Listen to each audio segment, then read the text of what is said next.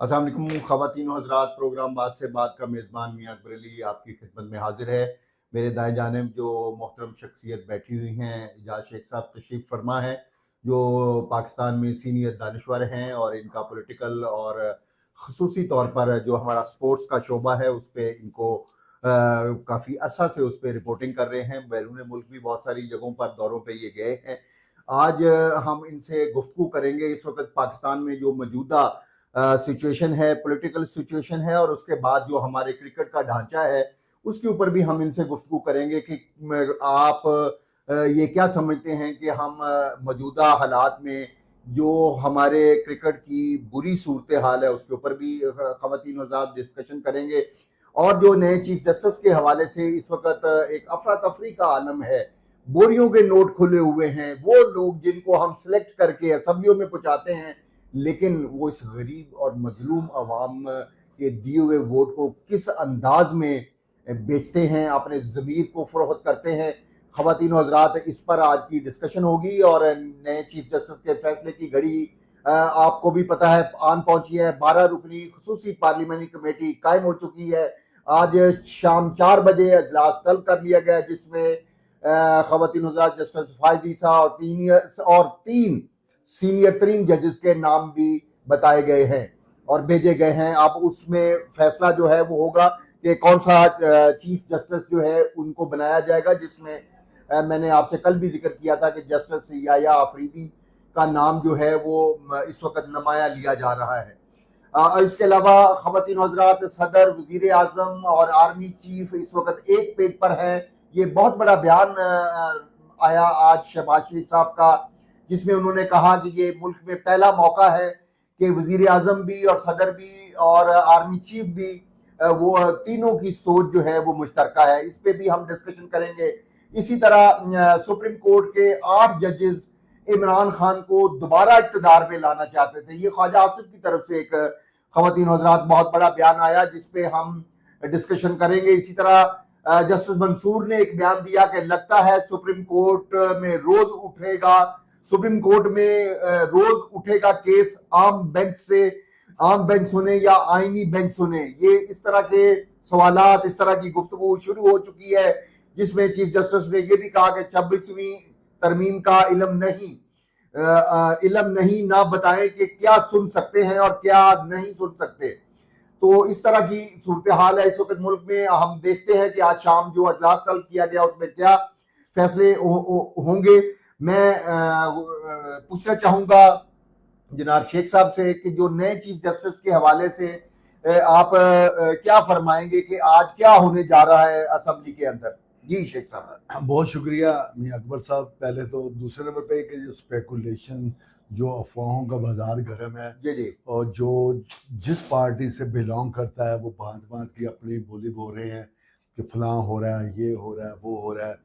तो ये कोई नई बात नहीं है। पाकिस्तान में अब माजी देख लें, 70 साल दौर देख लें, जी जी, ये एक बार नहीं, दो बार नहीं, कई बार ऐसे मौके हैं कि कोहराम मच गया, पता नहीं क्या हो जाएगा, तरतली मच गई कि ये हो जाएगा, वो हो जाएगा।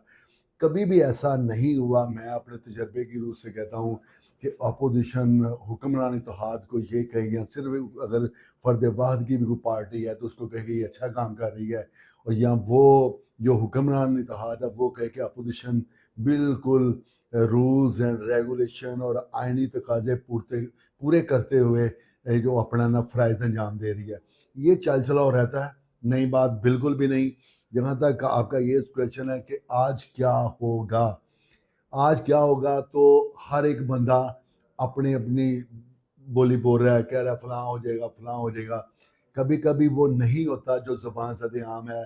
जिस तरह यह्या अफरीदी का नाम लिया जा रहा है, ये कहा जा रहा है कि मंसूर अली शाह साहब नहीं होंगे, फलां होगा, फलां होगा। शेख साहब एक मरतबा फिर वजीर आजम ने ये बात दोहराई है। उनका ये कहना है कि जी आईनी तरमीम के जरिए जो महलाती साजिशों का दौर है वो मिसाक जमहूरियत का अधूरा ख्वाब और मुंतखब वजीर आजम को जो घर भेजने का एक खदशा था, तलवार लटक रही होती थी, उसका रास्ता इस नई आईनी तरमीम के जरिए हमेशा के लिए बंद हो गया है। आप क्या समझते हैं कि क्या ये जो वजीर आजम शहबाज शरीफ का ये कहना है ये किस हद तक आगे चल के हमें ऐसा होता हुआ दिखाई देगा? देखिए, मैं अपने तजर्बे की रोशनी में यही कहूँगा कि कई मौके ऐसे आए हैं कि हर बंदे ने यही समझ लिया कि अब सिर्फ मैं हूँ, मेरी हुकूमत है और हर जगह पे सबद ही सबद, हरा ही हरा नज़र आएगा। लेकिन ऐसा होता नहीं है। आपको पता है कि जब इमरान खान साहब आए थे, तो उन्होंने भी 2028-2032 तक का प्लान दिया था कि अब कभी भी कुछ नहीं और उस होगा। वक्त जो चीफ सेनेटर मुंतखब किया गया था, आपको भी याद है, हमने भी देखा कि वो कितने वोटों से जो है वो जो भी कुछ हुआ उस वक्त। मैं बात मुकम्मल कर रहे तो कई सवाल आपको करने की ज़रूरत नहीं जी पड़ेगी। जी जी जी। तो वो एक ढांचा सामने लेके आए थे, तो लग ऐसे ही रहा था कि शायद अब जो अपोजिशन की जमातें हैं उन्हें लंबी तान का सो जाना चाहिए। अब सिर्फ इमरान खान साहब हैं, बाजवा साहब हैं और फैज़ अमीन साहब हैं। यहाँ तक भी कहते रहे कि जो आर्मी चीफ होता है just like a father figure होता है, जो आईएसआई के सरबराह होते हैं वो बिल्कुल सही टैप करते हैं, जिसकी करते हैं, आज उसकी बिल्कुल वो नफ़ी कर रहे हैं। इसी तरह आज अगर ये इन्होंने एक पार्लिमानी बोर्ड बना लिया है, जुडिशल कौंसल को एक नया रंग दे दिया है, तरमीम कर ली गई हैं, तो जब कोई नई गवर्नमेंट आएगी एक टाइम ऐसा आएगा, लाजमी आएगा। ये कभी नहीं हो सकता कि ये जो आज किया है इसको कल ख़त्म नहीं किया जा सकता, ये मुमकिन नहीं है। कोई नई पार्टी आएगी और नई पार्टी आनी है, 5 साल बाद आ जाए, 3 साल बाद आ जाए, 10 साल बाद आ जाए, वो तरमीम ख़त्म कर सकती हैं। अब ये नहीं मुमकिन कि अब जो ये पत्थर पे लकीर है और ये आइन है और इसमें तरमीम नहीं हो सकती। और इसी तरह चीफ ऑफ आर्मी स्टाफ हैं, उन्होंने भी अपना टेन्योर पूरा करना है, अल्लाह पाक खैर खैर से करें, एक टाइम होएगा उन्होंने भी घर जाना है। इसी तरह अगर जो जिनको ये नॉमिनेट करेंगे उसकी ड्यूरेशन भी खत्म होएगी, जी जी, वो भी जाएगा एक ना एक दिन। सही है। तो ये जुडिशल काउंसिल के मेंबरान भी बदलेंगे, पार्लियामेंट्री बोर्ड भी बदलेगा। ये सियासत का एक हुस्न है, सियासत में होता है। ज़रूरत किस अमर की है? ज़रूरत इस अमर की है कि ऐसा ना करो कि आप इजलास भी कर लो, आप मीटिंग्स भी करो, मरात भी लो, फिर नकाइस भी निकालो और उसके बाद जो फाइनल जो डिसीजन है वो किसी और से जाके पूछो। एक आम झटकी सी बात है मियाँ साहब, आप जानते हैं कोई भी बंदा जब पंचायत में जाता है ना, तो उसको जिसकी तरफ से वो जाता है उसको ये दिया जाता है इख्तियार कि आप मौका महल के मुताबिक अपने फैसले करें। जहां आपको जिस बात की ज़रूरत हो आप फैसला कर लेना, हम आपके पीछे, क्योंकि हमने आपको बड़ा बना के भेजा है। ऐसा ही है। जी जी, अब आप यहाँ पे ये देखें कि आप बड़ा तो बन गए हैं, बैरिस्टर गौहर साहब हैं, असद कैसर साहब हैं, इसी तरह सलमान अकरम राजा साहब हैं, सब ने मीटिंग्स अटेंड की। एट दी एंड क्या है जी, बानी पीटीआई साहब हतमी फैसला करेंगे। तो पहले दिन ही उनको तरामीम की एक लिस्ट क्यों नहीं प्रोवाइड की गई कि उनको जेल में पहुंचा दी जाए, उसमें जिनको उन्होंने काटना है वो खत्म कर दें, क्रॉस लगा दें, और जिनको आपने ऐड ऑन करना उसको उसमें ऐड ऑन कर लें। जी जी, ये थोड़ा कि 25 दिन के बाद आप आके फिर यही कहें। अभी उन्होंने पीटीआई ने बंदे भी अपने पूरे दे दिए हैं जितनी डिमांड है। तो इसलिए चाहे वो हुक्मरान इत्तेहाद हो, चाहे वो अपोजिशन पार्टी हो, तो मुल्क का सोचें, कौम का सोचें। ये उतार चढ़ाओ उसको गिरा देना है, उसको ले आना है। शेख साहब, जब मुल्क की बात आ रही है तो मैं आपसे ये भी पूछना चाहूँगा कि ये जो आइनी तरामीम 26वीं आइनी तरामीम की गई है, आप क्या समझते हैं कि वज़ीर आज़म पाकिस्तान में पहली बार अपने 5 साला मुद्दत इस तरमीम की वजह से पूरी कर सकेगा या इस अभी भी कोई खदशात है? सर जी, पाकिस्तान में कोई 5 साल मुद्दत पूरी कर सकता है या नहीं कर सकता, ये बड़ा ही $1 मिलियन क्वेश्चन है।